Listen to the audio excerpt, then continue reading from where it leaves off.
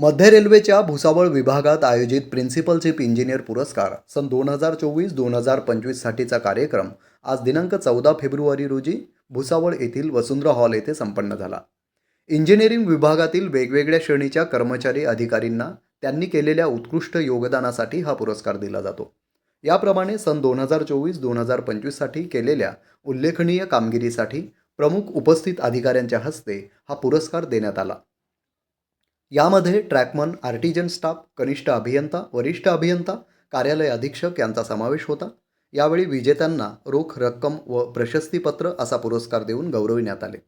या प्रसंगी पुरस्कार प्राप्त कर्मचारी आणि अधिकाऱ्यांनी आपले मनोगत व्यक्त केले.